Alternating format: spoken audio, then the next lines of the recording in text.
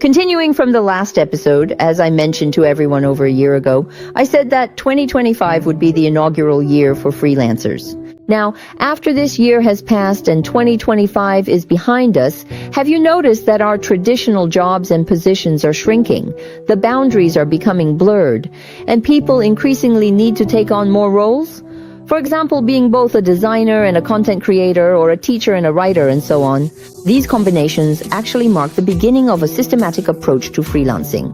By 2025, there were already very strong signals, including what I just mentioned about the blurring of traditional job boundaries and people starting to take on multiple roles.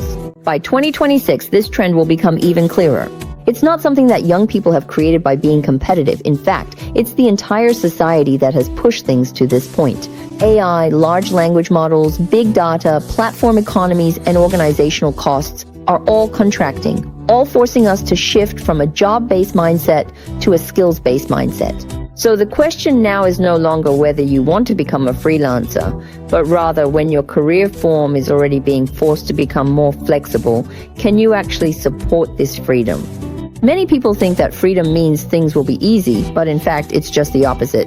There is a higher price to pay for freedom, such as self-management skills, structured thinking, and a clear sense of self-positioning.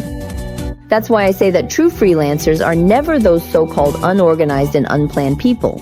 In reality, they are the ones who can clearly sort out their own value system, skill set, matrix, and market path. So after 2026, this trend won't fade away. It will only continue to become more differentiated.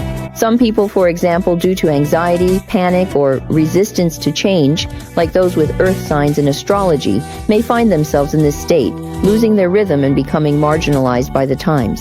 But another group of people might take advantage of this structural opportunity to redefine the boundaries of their own careers.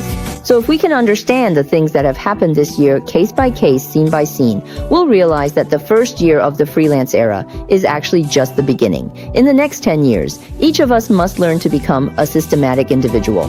Here, many people don't understand what it means to be systematic. It means you need to have a holistic sense of structure. You're not just a cog in the machine. You need to realize that you're building an entire machine, a complete system. You don't necessarily have to quit your job, but you must have a system of your own. This is what a structural system is, and this is what true career security means.